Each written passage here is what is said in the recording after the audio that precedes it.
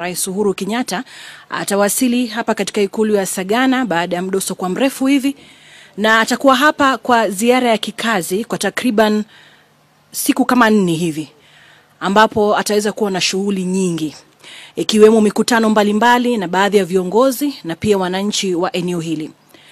Na kama inavyofahamika, utajua ya kwamba mkutano huo wa viongozi utakuwa hapo kesho, na pia leo kutakuwa na mkutano kesho kutwa, na mbali na hayo pia ataweza kuzuru maendeleo kadha na miradi kadha mingine ambayo ilikuwa imeanza kitambo na mingine ambayo inaendelea kwa hivi sasa. Lakini kwa miradi hiyo tutaweza kukupasha jinsi tunavyoendelea, ili tukijua ni wapi tunatangulizia alafu ni wapi tunamalizia, ili muweze kuandamana na rais katika ziara yake hiyo ya katika eneo hili la kati.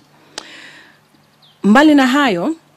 Rais Uhuru Kenyatta angependa sana kuweza kuwashukuru wazazi kwa kuweza kuwarudisha watoto wote shule kama alivyokuwa ameagiza mwaka ulipotangulia, baada ya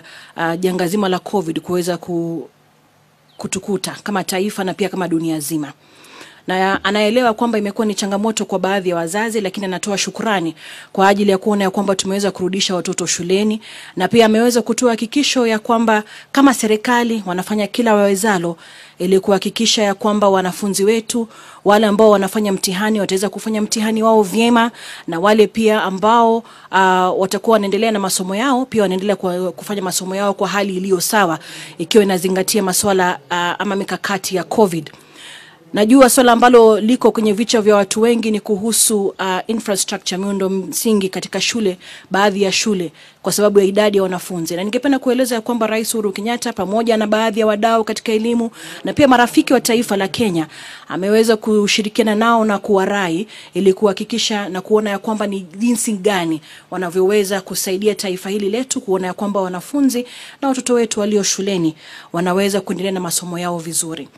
Mbali na hao, utakumbuka kwamba wakati ule wa janga hili la COVID lilipokuwa limetukumba na watoto walikuwa nyumbani, kuna baadhi ya wakina dada ama watoto wasichana ambao waliweza kutungwa mimba. Rais Uhuru Kenyatta ameweza kutoa hakikisho ya kwamba na kusema kwamba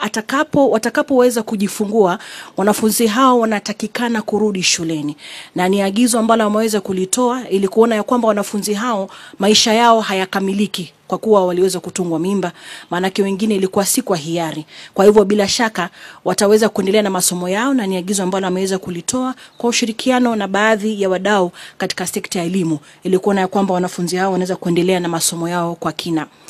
Swala lingine ambalo limeweza kuwa kwenye kichwa cha Rais Uhuru Kenyatta ni swala zima la mtafaruku ambao unaendelea, ambao tunaona kwamba kuna vyuo vingi ama shule nyingi za upili ambazo tunaona zimeweza kupata mikasa ya moto. Bila shaka ni jambo la kusikitisha, na tunaona pia wazazi wameweza kuwa na changamoto. Rais Uhuru Kenyatta ametoa hakikisho ya kwamba wataweza kufuatilia kwa kina na kujua ni kipi kinachosababisha masuala haya. Na zaidi ya hayo, ameweza kupendekeza pia kwa Wizara ya Elimu kuona ya kwamba mikasa hii inaweza kusitishwa na kujua ni nini haswa kinachoendelea kwa ushirikiano na wadau wote walio katika sekta ya elimu. Kwa hivyo bila shaka ni swala ambalo angeweza kusema ya kwamba anaelewa, anafuatilia kwa kina, na bila shaka ataweza kuangalia ni vipi ambavyo tutaweza kuhakikisha ya kwamba watoto wanaweza kusoma kwa hali iliyo sawa, na pia masuala haya ya mikasa ya moto inaweza kupunguka. Mbali na hayo, pia Rais Uhuru Kenyatta angependa tu kuweza kuwatolea hakikisho wananchi ya kwamba tunajua ya kwamba janga la COVID limeweza kutukumba na limeweza kutufinya kwa hali mbalimbali. Lakini yeye na serikali yake wanafanya kila wawezalo ili kuona ya kwamba uchumi unaweza kurejelea hali yake ya kawaida.